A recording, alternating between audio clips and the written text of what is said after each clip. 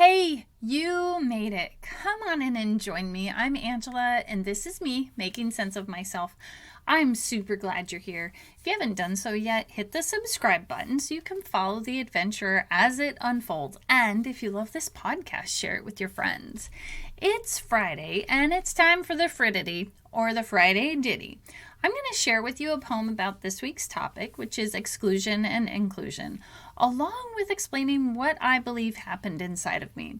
I'm not giving advice. If you want advice, there are plenty of people who would love more than anything to tell you what to do. And I truly believe that you have the capacity to understand yourself.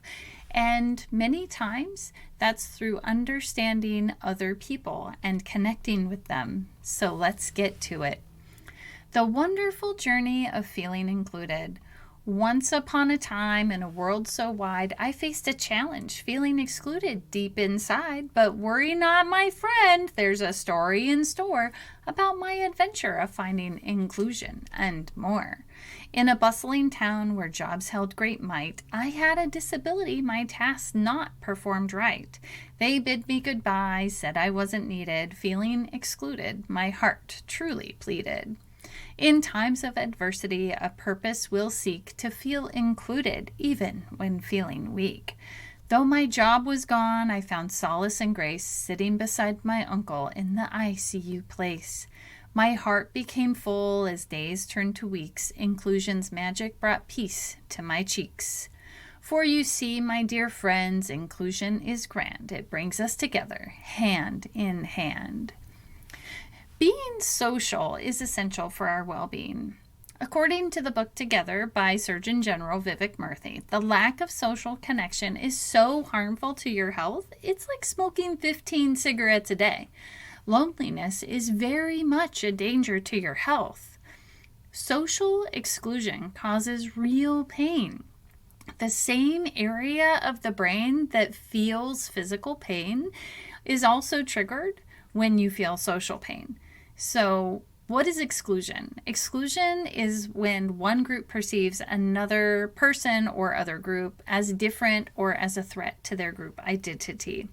I also think that it can be when I think a group thinks that of me. So for me, my disability came on, and I believed I was perceived as different at work, with my friends, within my family, everywhere. I think the interesting thing that happened was that I worked for a medical facility, which I had identified as a group who supported or helped those with disabilities. It made no sense to me that I was let go, and I had this belief that they were going to be the ones to help me navigate this different body of mine, and they weren't. Instead, I found myself alone, already in physical pain, and then the additional social pain on top of it. My friends didn't know how to engage with me, and I don't think I knew how to engage with them either, and I wasn't able to do my tasks at home. I felt excluded and ostracized from the very groups I identified with. It's not surprising that I found myself depressed and anxious. I had lost my groups, and from a social perspective, groups are essential for safety, protection, and the sharing of resources. And I wasn't part of any of those packs. Exclusion has significant emotional and psychological consequences for anyone who experiences it. What I learned is that after I experienced this exclusion, my view of the world changed. My perception or belief that I was excluded also changed my behavior. Being excluded is like seeing a bear. The underlying thought is, I'm going to die if I don't find a place where I belong. I need others to help me stay safe. But I got stuck, and I subconsciously was looking for things that would confirm my belief that I was excluded.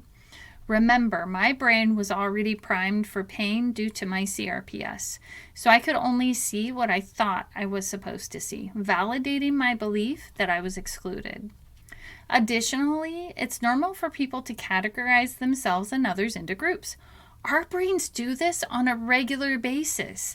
It helps us make sense of the world. I fit here, I don't fit there.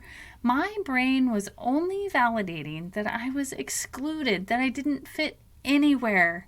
This was very, very hard.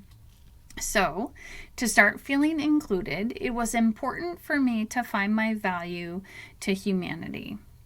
One of the things I did was sit with my uncle in the ICU. I also decided that if there was no value to me anywhere else, I would be the best parent I could be. I think on some level my thought was that if I had no value anywhere else, then I would find value in the small pack of my family. By identifying as a parent, I found belonging. I had value. In this area of my life, I had a positive self-concept. I also read a lot of books. In fiction books, I became part of the story where I felt included. In psychology books, I gained a better understanding of what was happening inside of me. I was also super lucky to meet people at church that didn't seem to care about my disability. In fact, I don't even know if we talked about it. They just valued my input, challenged my ideas, and I actually love that. I love deep thinking.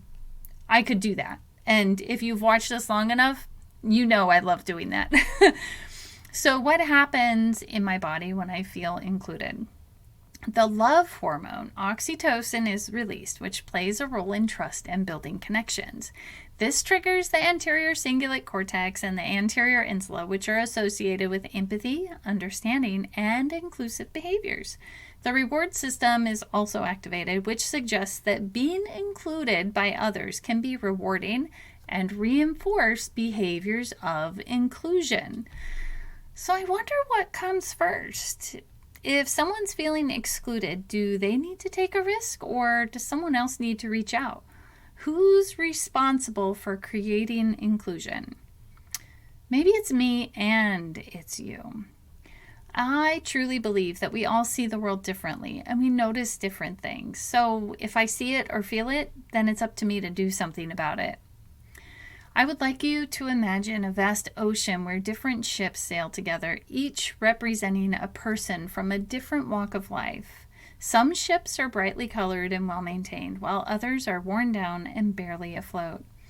As the captain of your own ship, you have the power to create an inclusive space where all ships are welcome and valued.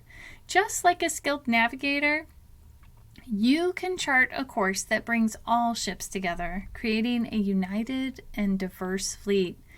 By doing so, you foster connection, understanding, and create a safer and more harmonious ocean for everyone to navigate. Navigating life is hard. When we do it together, it's easier. And I just want to point out that in that analogy, it didn't matter what kind of boat you had to create inclusion. You don't have to have the nice big boat. You don't have to have the medium boat. You can have the crappy, shoddy boat. And those are some of the coolest people I know, have crappy, shoddy boats, and they're the most loving. That doesn't mean the other people aren't loving either. Just saying. So, embrace your uniqueness. Your story is untold, for inclusion is priceless and worth more than gold. May your hearts be filled with joy far and wide as you make sense of yourselves with love as your guide. Like, share, comment below. Let me know what topics you'd like me to explore next. Remember to subscribe to me, Making Sense of Myself, for weekly doses of inspiration and self-discovery. If you have a question, send it over. I might just answer it. Let's do this together. I'm Angela, and this was me, Making Sense of Myself.